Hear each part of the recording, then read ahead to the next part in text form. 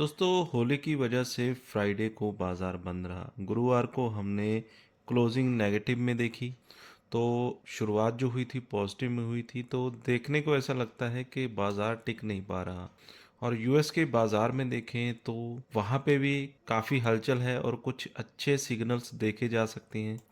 ये तेज़ी बरकरार रहेगी या वापस से गिरावट हो जाएगी, इसको समझने की कोशिश करेंगे इस वीडियो में। आगे की क्या रणनीति है उसको भी जानने की कोशिश करेंगे। एफआईडी का बाजार को लेकर क्या रुख है उसको भी समझने की कोशिश करेंगे। और दुनिया के दिग्गज इन्वेस्टर मार्क फेबर ने बाजार को लेकर दुनिया को चेतावनी दी है। क्या कहा है उन्होंने और उनके कहने का क्या मतलब है उसको भी समझने की कोशिश करेंगे इस वीडियो में।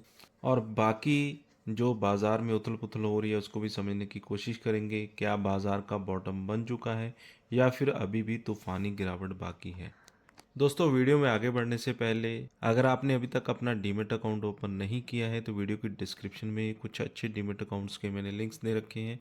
उन लिंक्स पे क्लिक करके आप अपना फ्री में डीमेट अकाउंट ओपन कर सकते हैं और अपनी ट्रेडिंग और इन्वेस्टमेंट की जर्नी को स्टार्ट कर सकते हैं।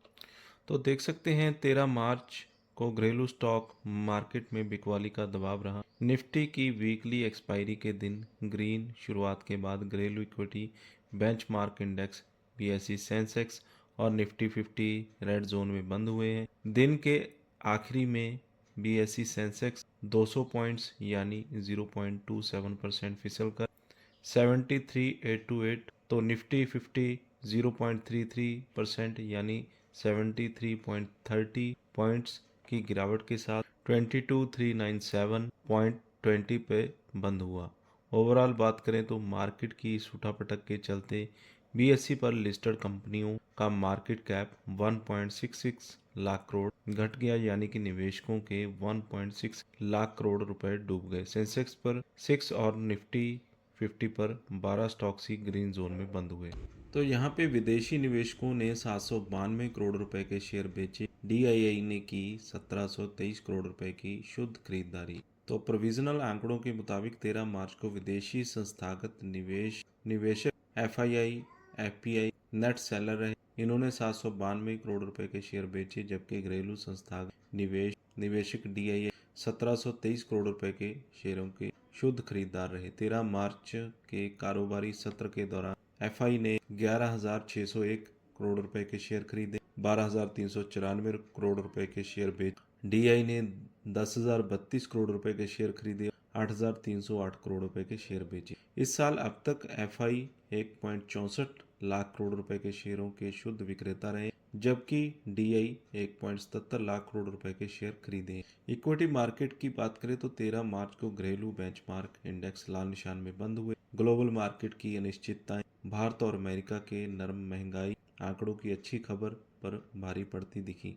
ऑटोमोबाइल और आईटी शेयरों को सबसे ज्यादा मार पड़ी, जिससे निफ्टी और सेंसेक्स पर दबाव पड़ा। आज शुक्रवार को होली के अवसर पर भारतीय शेयर बाजार बंद है। अमेरिका में महंगाई में आई गिरावट और अच्छे ग्लोबल संकेतों के दम पर बेंचमार्क इंडेक्सों ने सत्र की शुरुआत सकारात्मक रूप से की थी। अमेरिका में महंगाई घटने से फेडरल रिजर्व की तरफ से बाजार दरों में कटौती की उम्मीद जगी है। तो यहाँ पे दुनिया के दिग्गज इन्वेस्टर मार्क फेबर ने रिटेल इन्वेस्टरों को चेतावनी दी है। बोले इससे पहले कि और देर हो जाए बेच दो। तो क्या है ये अपडेट। डॉक्टर डूम नाम से दुनिया में प्रसिद्ध स्विस इन्वेस्टर मार्क फेबर ने बेरिश मार्केट पर अपनी भविष्यवाणी की है। इन्होंने लंबे ग्लोबल गिरावट से पहले भारतीय रिटेल निवेशकों को इक्विटी मार्केट में से बाहर निकलने की सलाह दी। फेबर के मुताबिक दुनिया भर के बाजार में कई सालों तक मंदी देखने को मिल सकती है।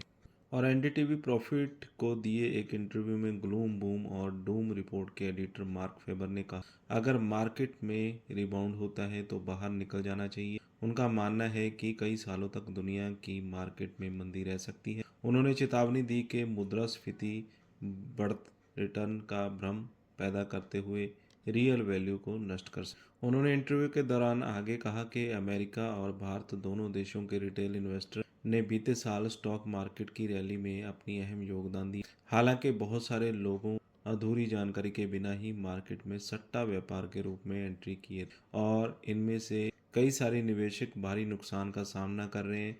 उन्होंने कहा, पिछली गर्मियों में अमेरिकी मार्केट में रिटेल इन्वेस्टर की भागीदारी काफ़ी अधिक थी। भारत में भी यही हुआ। इनमें से कई निवेशकों को इस बारे में कोई जानकारी नहीं है।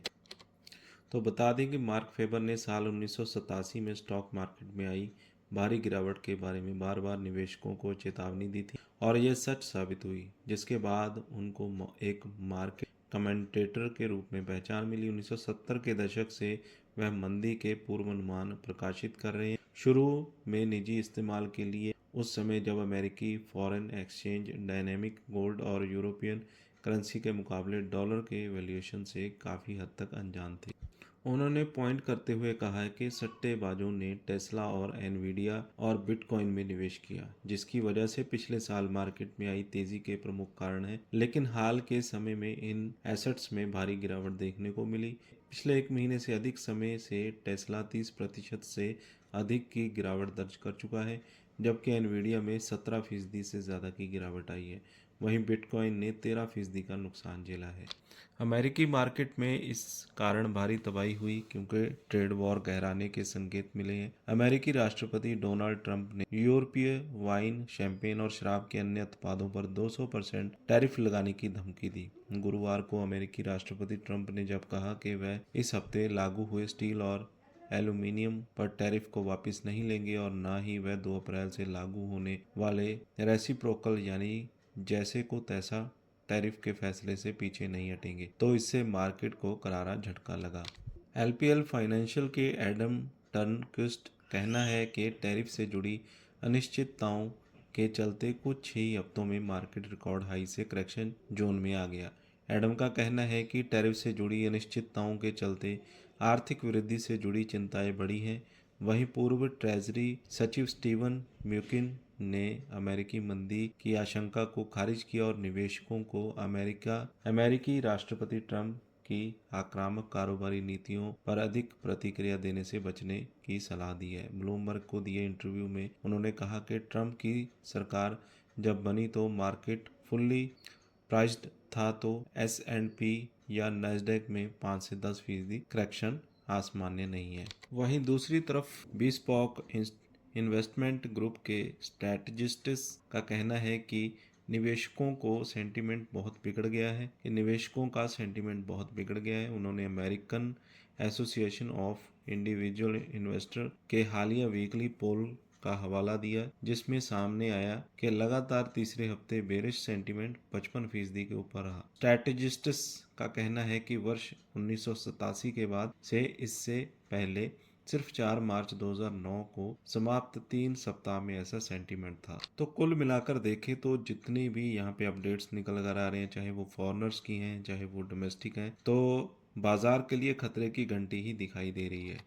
लेकिन जो अच्छे स्टॉक्स करेक्ट हो चुके हैं उनके लिए अच्छी एक जो पॉजिटिव संभावना है वो बनी हुई है।